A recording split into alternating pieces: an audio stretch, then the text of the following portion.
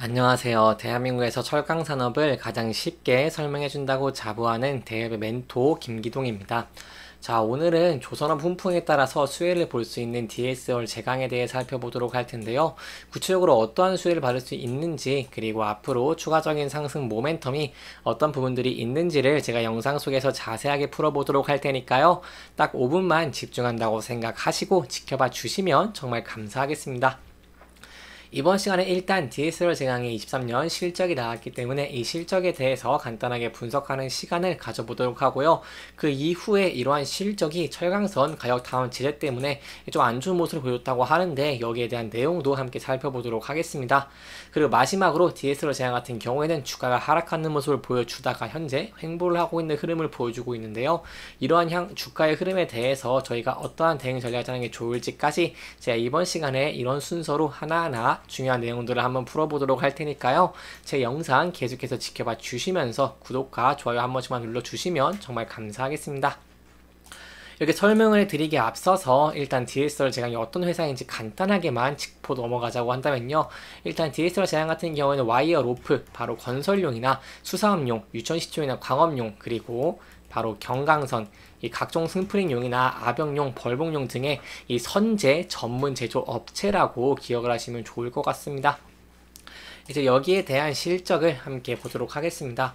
이 실적 같은 경우에는 매출액 같은 경우 이렇게 2120억 을 내면서 전년 대비 18.6% 감소한 모습을 보여줬고요. 영업이익 같은 경우에도 이렇게 230억 원을 기록을 하면서 전년 대비 12.5% 감소, 그리고 당기순이익 같은 경우에도 130억 원을 기록을 하면서 전년 대비 54% 이렇게 좀 감소한 모습을 보여줬습니다.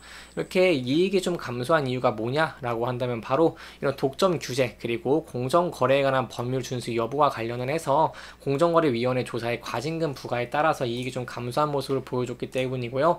여기에 대한 내용을 간단하게만 짚어보고자 한다면 작년 10월에 이런 침대가 상승 유발을 하면서 스프링 담합 9개 업체에 좀 과징금을 냈다라고 보이고 있고요. 여기에 DSR 제강이 들어가는 모습을 보여주고 있습니다.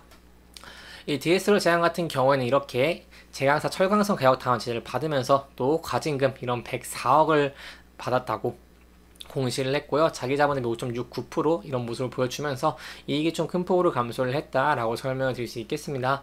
그렇다면 앞으로 제가 어떠한 추가적인 이런 23년 실적은 받고 앞으로 어떠한 추가적인 상승 모멘텀이 있을지 이런 부분들을 보자고 한다면 DSR 제강은 이 와이어 로프를 만든다고 설명을 드렸습니다. 이 와이어 로프 같은 경우에는 조선업에 많이 사용되기 때문에 조선업과 관련이 높다라고 설명을 드릴 수 있겠는데요. 현재 조선업 같은 상황을 보시면은 이 조선업 좀 훈풍을 돌면서 이렇게 DSR 제강의 수혜를 볼 수 있지 않을까, 이런 부분들을 좀 기대해 볼 수 있겠다라고 설명을 드릴 수 있겠습니다. 이 세부적인 내용은 종소업계가 충분한 수요 잔량을 확보를 했고요.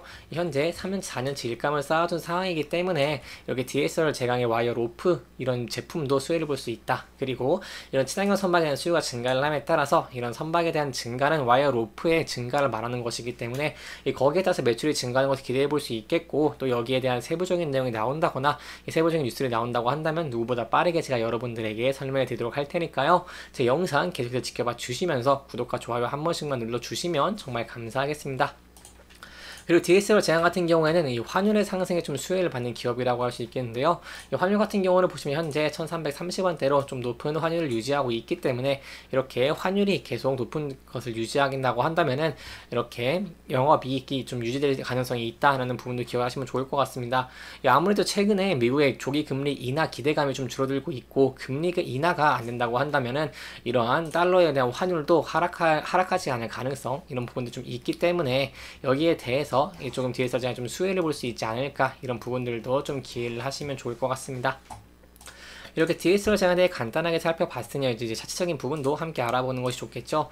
이 차트적인 부분을 본다고 한다면 DSR 제강 같은 경우 주가가 하락하고 있는 모습을 보여주다가 이 저점에서 현재 반등을 하고 이동평균선의 이격을 줄여주고 있는 모습을 보여주고 있다고 설명을 드릴 수 있겠습니다.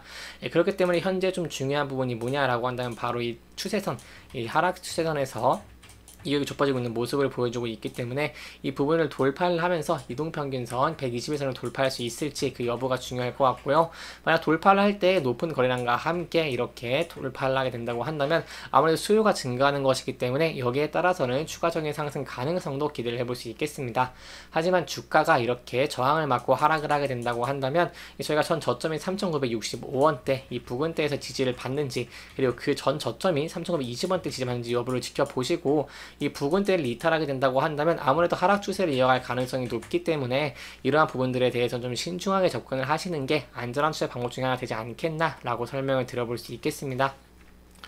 이렇게 이번 영상은 DSR 제한의 실적, 그리고 앞으로 수혜를 받을 수 있는 부분, 이런 부분들에 대해서 조금 짚어보면서 진행을 했고요. 해당 영상은 개인적인 의견이 많이 들어갔기 때문에 투자자분들의 주관적인 생각과 해당 내용을 토대로 현명한 선택을 하시면 좋을 것 같습니다. 이 영상 잘 보셨다면 좋아요와 구독 부탁드리고요. 해당 영상뿐만 아니라 대기업에서는 그 누구보다 열정적인 멘토들이 많으니까요. 부디 타 종목의 영상도 시청해 주시길 바라며 오늘 영상 마무리하도록 하겠습니다. 끝까지 시청해주셔서 감사합니다.